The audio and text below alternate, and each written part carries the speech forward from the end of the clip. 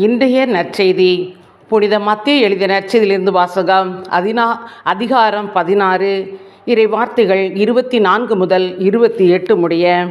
பின்பு இயேசு தம் சீடரை பார்த்து, என்னை பின்பற்ற விரும்பும் எவரும் தன்னலம் துறந்து தம் சிலுவையை தூக்கி கொண்டு என்னை பின்பற்றட்டும். ஏனெனில் தம் உயிரை காத்து கொள்ள விரும்பும் எவரும் அதை இழந்து விடுவர்.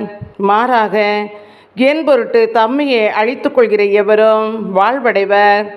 மனிதர் உலகம் முழுவதையும் ஆதாயமாக்கி கொண்டாலும் தம் வாழ்வையை இழப்பாரெனில் அவருக்கு கிடைக்கும் பயன் என்ன? அவர் தம் வாழ்வுக்கு ஈடாக எதை கொடுப்பார்? மானிட மகன் தம் தந்தையின் மாட்சியோடு தம் வானதூதர்களுடன் வரப்போகிறார்.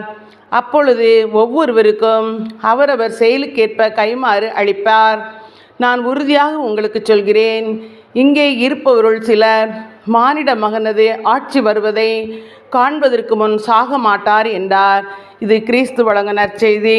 கிறிஸ்துவே உமக்கு புகழ்.